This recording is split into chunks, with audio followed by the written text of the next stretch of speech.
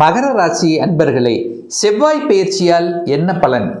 மீன மனையில் இருந்த செவ்வாய் பகவான் இப்போ மேச மனையில் ஆட்சி பலத்தோட ஸ்ட்ராங்காக அமர்ந்து பலன் தரப்போகிறார்.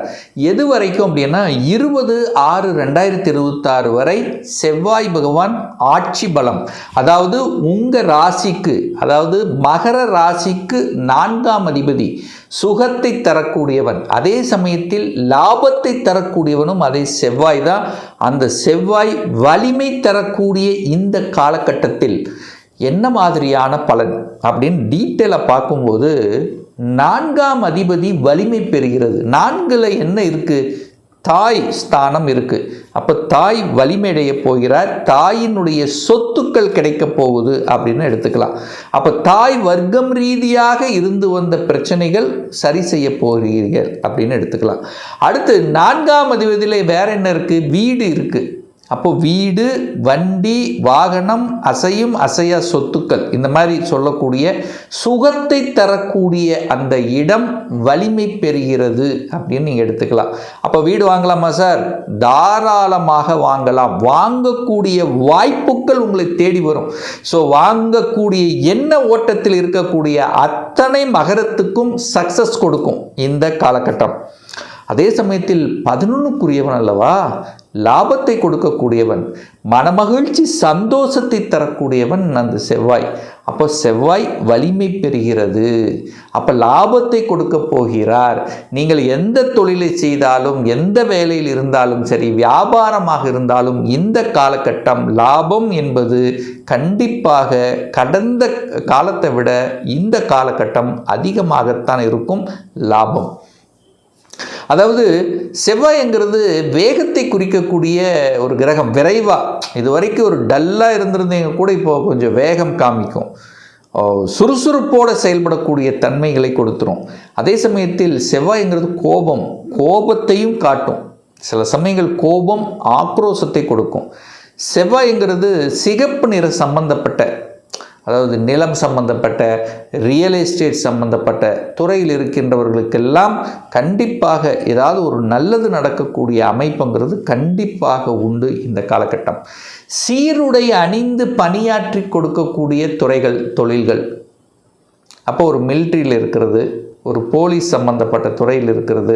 ஸோ இந்த மாதிரி சீருடை அணிந்து பணியாற்றி கொடுக்கக்கூடிய துறையில் இருக்கின்றவர்களுக்கெல்லாம் கூடுதல் அனுகூலத்தை தரக்கூடிய ஒரு காலகட்டமாக இந்த மகரத்துக்கு நிச்சயமாக அமையும். அதில் எந்தவித மாற்று கருத்தும் கிடையாது. அப்போ நிலம் சார்ந்த விஷயத்தில் இருக்கின்றவர்கள், அதிகாரம் சம்பந்தப்பட்ட விஷயத்தில் இருக்கு. ஏன்னா செவ்வாய்ங்கிறது அதிகாரத்தை கொடுக்கும், ஒரு பதவியை கொடுக்கக்கூடிய அமைப்புங்கிறதும் இருக்கிறது.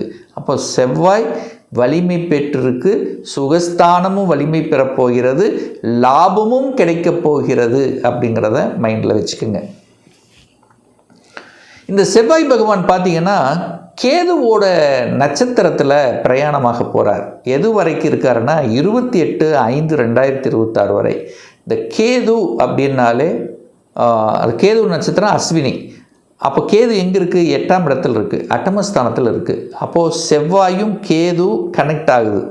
அப்போ என்ன ஆகணும்? இந்த டைமில் தான் சகோதரர்களுடன் முரண்பாடு, கருத்து வேறுபாடு, நானா நீயா, ஸோ இந்த மாதிரி ஒரு பாக பிரச்சனை, சொத்து பிரச்சனை, இதெல்லாம் கொஞ்சம் அப்படியே என்னென்னா கொஞ்சம் ஒரு கருத்து வேறுபாடு முளைக்கக்கூடிய தன்மை இருக்கும். அப்போது என்னென்ன கரெக்டாக நடந்துக்கிறது நல்லது என்பதையும், அந்த பெருசாக ஒரு ஈகோ கிளாஸ் இல்லாமல் பார்த்து கொள்வதும் கண்டிப்பாக மகரத்துக்கு நல்லது அப்படிங்கிறத மைண்டில் வச்சுக்கோங்க. செவ்வாய்ங்கிறது பொதுவான ஒரு கலத்திர காரக கிரகம், பெண்களின் கலத்திர காரகம். செவ்வாய் கேது சேருது. அப்போது கணவன் மனைவி விஷயத்திலும் கொஞ்சம் விட்டு கொடுக்கணும், அனுசரணையாக இருக்கணும். உங்களுக்குள்ள அந்த கணவன் மனைவி உறவுக்குள்ள 3ஆம் நபர்களுடைய குறுக்கீடு வராமல் பார்த்துக்கணும் இந்த காலகட்டத்தில் என்பதையும் ஞாபகத்தில் வச்சுக்கோங்க. ஸோ இந்த காலகட்டத்தில் தான் 4ஆம் அதிபதி செவ்வாய், கேது 8ல் இருக்கு. அப்போ அம்மாவினுடைய ஹெல்த்தை கொஞ்சம் அக்கறை எடுத்துக்கணும். அம்மாவுக்கு உடல்நலத்திலேயோ மனதளவிலேயோ ஸோ கொஞ்சம் டல்லாக இருக்கக்கூடிய இந்த காலகட்டத்தில் கொஞ்சம் அவங்களுக்கு ஒரு பாசிட்டிவ் வைப்ரேஷனை கொடுக்கணுங்கிறத இந்த மகர ராசி என்பவர்கள் புரிந்து கொள்ள வேண்டும், அறிந்து கொள்ள வேண்டும். அதே சமயத்தில் கேதுங்கிறது ஒரு ஆன்மீக கிரகம். ஆன்மீக நாட்டங்களை கொடுக்கும். கோயில் போகிறது, கோயில் சம்பந்தப்பட்ட விஷயங்கள், குலதெய்வம் சம்பந்தப்பட்ட விஷயங்கள், அந்த குலதெய்வ வழிபாடு எடுத்துக்கிறது, ஆன்மீக சுற்றுலா. ஸோ இந்த மாதிரியான விஷயங்கள் எல்லாமே கொஞ்சம் நல்லபடியாக நடக்கும். இந்த ஆன்மீகம் கலந்த அந்த உணர்வுகள் அப்படிங்கிறது கண்டிப்பாக ஏற்படுத்தும், அது செயல்படுத்தவும் செய்யும். அடுத்து பார்த்திங்கன்னா செவ்வாய் பகவான் சுக்கிரனுடைய நட்சத்திரமான பரணியில் ட்ராவல் பண்ண போகிறார். ஸோ இது எந்த காலகட்டம் அப்படின்னு கரெக்டாக கேட்டிங்கன்னா 29/5/2026 15/6/2026 வரை இந்த காலகட்டம் சுக்கிரன். அந்த சுக்கிரன் அப்படிங்கிறது உங்களுக்கு 5க்குரியவன், 10க்குரியவன், யோகத்தை தரக்கூடியவன், அதிர்ஷ்டத்தை தரக்கூடியவன், லக்கு கொடுக்கக்கூடியவன். ஸோ இந்த காலகட்டத்தில் தான் உங்களுக்கு அபரிவிதமான நன்மைகள் நடக்க காத்து கொண்டிருக்கிறது இந்த மகர ராசி என்பர்கள். ஸோ இந்த பீரியடில் பார்த்தீங்கன்னா இடம் வாங்கணுமா, நிலம் வாங்கணுமா, எல்லாத்துக்கும் எஸ்ஸாக இருக்கும். இடத்த வாங்கணும்னு ஆசையாக இருக்குன்னா இந்த காலகட்டம் டக்குன்னு கிளிக் ஆயிரும்.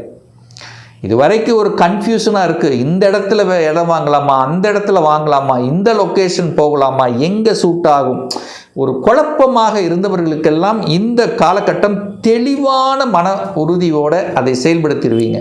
அப்போ வீடு, வண்டி, வாகனம் வாங்குவதற்கு ஏற்ற காலம். ஆசைப்பட்ட நிகழ்வுகள், ஆசைப்பட்ட தன்மைகள். இப்போ ஒரு வாகனம் வாங்கணும், ரொம்ப நாளாக மனசில் வச்சுட்டு இருப்பீங்க, இந்த வண்டி தான் வாங்கணும், அதுக்கான செயல்முறை இந்த காலகட்டத்தில் உங்களுக்கு சிறப்பு பெறும். அப்போது சொகுசு சார்ந்த விஷயங்கள், வண்டி வாகனம் இதெல்லாமே சூப்பராக இருக்கக்கூடிய காலகட்டம். ரியல் எஸ்டேட்டில் ஏற்கனவே மகர ராசி என்பவர்கள் யாராவது ரியல் எஸ்டேட்டில் அதை சார்ந்த துறையில் இருக்கிறீங்கன்னா இந்த காலகட்டம் கொளிக்க போகுதுன்னு அர்த்தம். அதிர்ச்சிகரமான இன்ப அதிர்ச்சி கொடுக்க போகுது, ஜாக்பாட் லக்கு கொடுக்க போகுதுன்னு அர்த்தம், லாபத்தை கொடுக்க போகுதுன்னு அர்த்தம். ஸோ 10-11 இணையுது. இந்த காலகட்டத்தில் தொழில் ரீதியாக நீங்கள் எடுக்கக்கூடிய அத்தனை ஸ்ட்ராட்டஜி பிளான்ஸ் சக்ஸஸ் கொடுக்கும். தொழில் இருக்கிறவங்க புதிய யுக்திகளை கடைபிடிக்கக்கூடிய ஒரு காலகட்டம் அப்படின்னு சொல்லுவேன். அப்போ தொழில் மாற்றம், உத்தியோக மாற்றம், ஊர் மாற்றம், இடமாற்றம், இந்த மாதிரியான மாற்றங்களை தரக்கூடிய ஒரு அற்புதமான ஒரு காலகட்டம் மகர ராசி என்பவர்களுக்கு இந்த காலகட்டம். அப்போ சுக்கிரனுங்கிறது கலைத்துறை இல்லவா, 5ஆம் அதிபதி இல்லவா, 5 அண்ணாலே கலையை குறிக்கக்கூடிய. அப்போ கலைத்துறையில் ஆர்வத்தை கொடுக்கும், கலைத்துறையில் இருக்கின்றவர்களுக்கு புதிய ஒப்பந்தங்களை கொடுக்கும், அரசியல் சார்ந்த விஷயத்திலும் எண்ணங்களை கொடுக்கும். குழந்தைகள் நலன் சூப்பராக இருக்க போகுது. ஏன்னா 5ஆம் அதிபதி இல்லை, யோகத்தை தரக்கூடியவன் இல்லை. அப்போ குழந்தைகளை பற்றிய சிந்தனைகள், குழந்தைகள் கல்வி பற்றிய சிந்தனைகள், ஸோ இது எல்லாமே சூப்பராக இருக்கக்கூடிய ஒரு காலகட்டம். இது ஏன் இவ்வளவு ஸ்ட்ராங்காக சொல்கிறேன்னா 5-11 கனெக்ட் ஆகுது. 11ஆம் அதிபதி செவ்வாய், 5ஆம் அதிபதி சுக்கிரன். அப்போ 5-11 கனெக்ட் ஆகுதா? அப்போ 5-11 கனெக்ட் ஆலே அங்கே ஒரு அதிர்ஷ்டம் காத்து கொண்டிருக்கிறது. அப்போது குழந்தை பாக்கியம் இல்லாதவர்களுக்கு குழந்தை பாக்கியம் தரக்கூடிய தன்மை, குழந்தைகளால் மனமகிழ்ச்சி சந்தோஷத்தை தரக்கூடிய தன்மைகள், இப்படி நல்ல விஷயங்கள் நடக்க காத்து கொண்டிருக்கு அப்படின்னு சொல்லலாம். அடுத்து செவ்வாய் பகவான் பார்த்தீங்கன்னா கிருத்திகை நட்சத்திரத்தில், சூரியனுடைய நட்சத்திரத்தில் பிரயாணம் பண்ணுறார் 16/6/2026 முதல். அப்போது சூரியன் 8ஆம் அதிபதி, அட்டமாதிபதி. ஸோ இங்கே தான் நீங்கள் கொஞ்சம் கவனமாக செயல்படணும். ஏன்னா செவ்வாயும் சூரியனும் கனெக்ட் ஆகுது, 2 உஷ்ண கிரகங்கள். ஹெல்த் விஷயத்தில் அக்கறை எடுக்கணும். இந்த காலகட்டத்தில் கண்டிப்பாக தன்னுடைய சுகம் சார்ந்த விஷயம், ஹெல்த் விஷயம், தன்னுடைய சுகத்தையும் சரி, அப்பாவுடைய, சூரியன் அப்பாவுடைய ஹெல்த் விஷயத்திலும் அக்கறை எடுத்துக்கொள்வது நல்லது.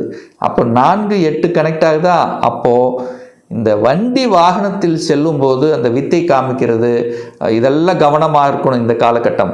அது 8 அல்லவா?